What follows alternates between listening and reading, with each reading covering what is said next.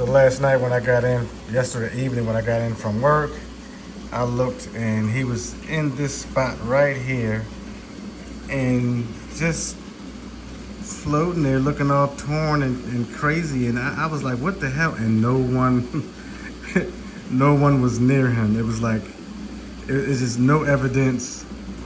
Like, I have no clue exactly what happened or who did it or why. Assalamu alaikum wa rahmatullahi wa barakatuh. Hey fish family, welcome back to Tabarak Aquatics. I'm Ross and you're here in my fish room. Well, today I'm doing a real quick, just off the cuff video.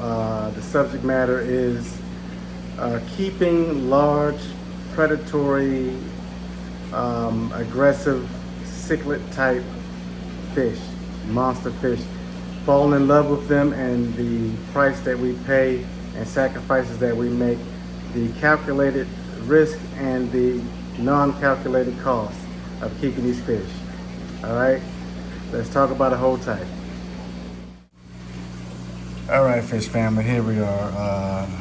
This is what you're looking at is my very beat up, tattered, very expensive, very rare, seldom seen in the hobby, hard to get, just expensive and rare, exotic firewood catfish.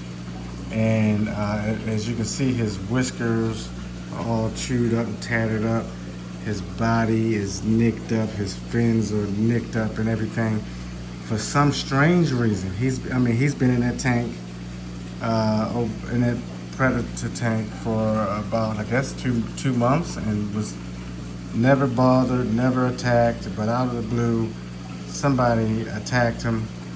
And I can't blame it on the red pikes because they're no longer in there. I took them out a while back. And I do not know who the culprit is because I've never seen any of the fish attack him. Go on, stop photobombing this doggone 7. Just go on, man. It's not about you. I'm not feeding the tank. Go somewhere, go. I'm not feeding the tank. But I came down yesterday and let me show you. Oh, they're gonna photobomb. Tight. All right, family, first of all, take a look at this. Beautiful, peaceful, beautiful tank, right? So I come down here, I get off work. I come down here last night after work, about to break my fast. And I'm looking in my tank, I always come down and take a look, check it out, make sure everything is the way it's supposed to be.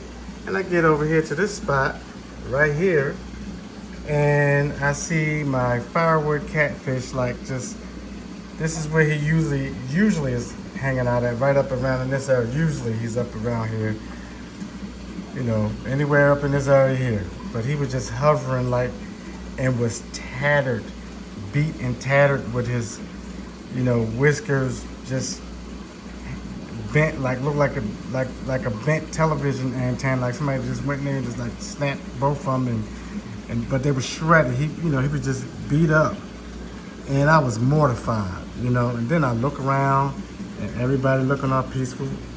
Yeah, this is my A4 fish. He's one of the resident butthole fish. We'll talk about him later. But everybody was looking all peaceful, and I'm looking around, and everybody's looking all unsuspected and everything.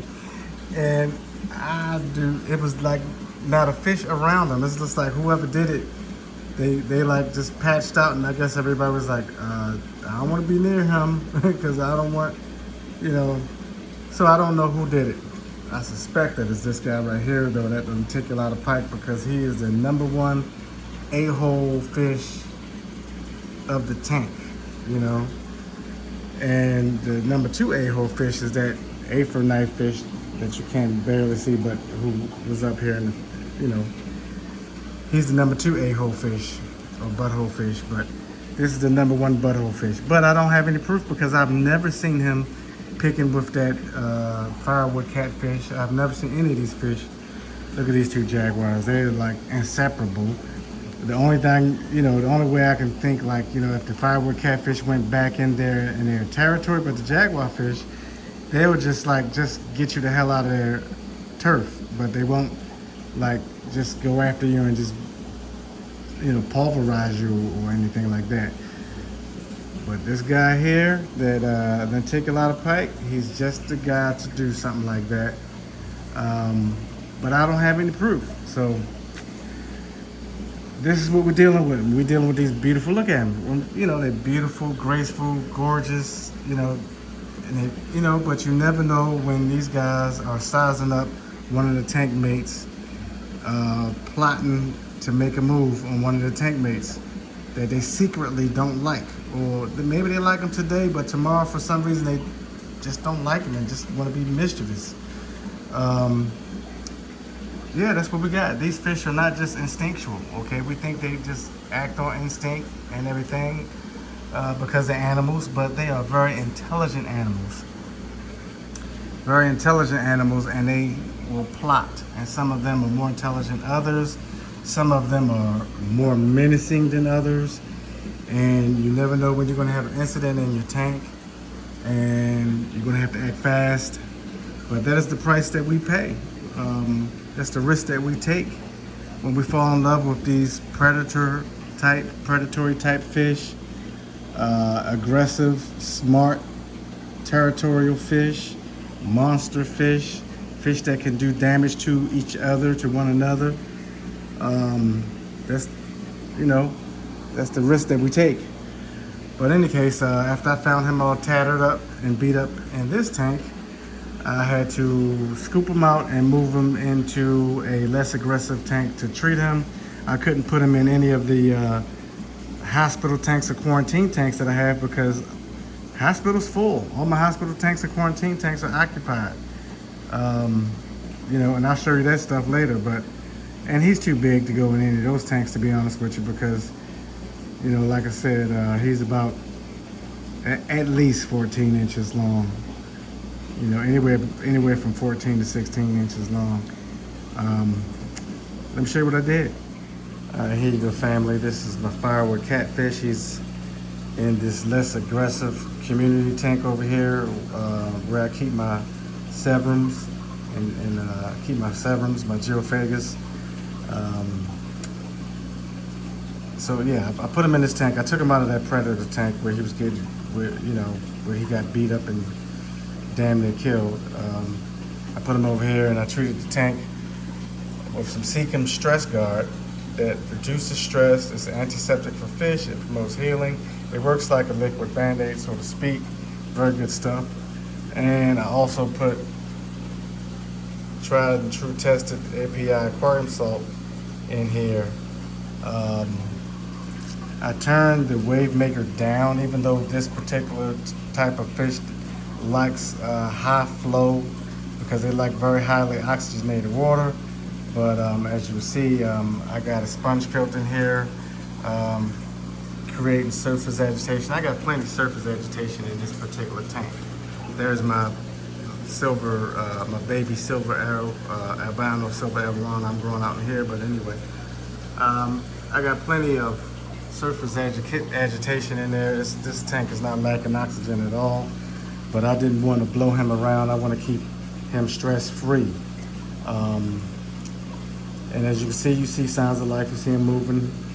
You know, this is very good. You know, because he was like, you know, sideways very early this morning. I came down and checked on him around 6 a.m. this morning. I was worried about him. I was having nightmares about losing him. Well, so then I woke up when I came check on this morning. That's when I realized that I still had Seacom Purigen in one of my canister filters. So I came back down here right before I started filming this video and removed the filter bag or filter sock with the Purigen in it. I removed it from that canister filter. Last night, of course, as soon as I did it, I turned off. I got two Green Machine ultraviolet, you know, water purifiers or ultraviolet cleaners in here. I turned those off last night, but like I said, I had the Purigen in here, so I took that out and I just retreated it again with the Stress Guard and the salt, because I know the Purigen absorbs all the medication out of the tank. did not do a water change on the tank yet because I didn't want to remove the fish. That's stress, catching them and then removing them. Treat the tank. Medication would be stressful before it becomes therapeutic. Then he's already in a different pH going from one tank to the other. The temperature is fairly the same, but I didn't want to take him through too many changes with the pH differences, the temperature differences, the medication, moving them. So you can do too much too soon sometimes, so beware of that when you go through times like this. Take your time and try to be patient, and have faith in your process and hope that it, God willing, everything works out fine. And also always remember to remove, if you have chemical filtration in here like Pyrogen or, carbon, charcoal, anything like that, charcoal pads, all that type of stuff. Do be mindful to remove that stuff because it will absorb your medication out of the water column, and you're basically flushing your money down the toilet. So there you have it.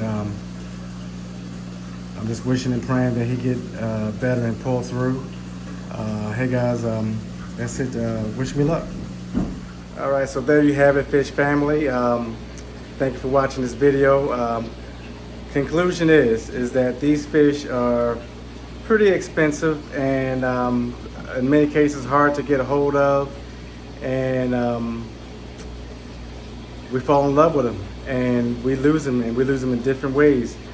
We do have our successes, we have to count them, and sometimes, a lot of times, we lose the fish and it's really not our fault. It's just that it is a calculated or uncalculated risk and cost of being in love with these large, predatory, aggressive, monster fish, cichlid type fish that we love to keep.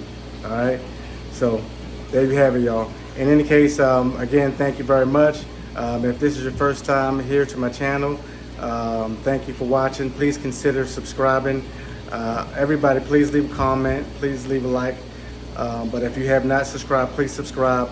Every bit of action that's on this channel do help support the channel, because YouTube, they're watching at the activity here, okay, and they might refer this channel to somebody else who might, tune in and might subscribe and might like it and help the channel grow.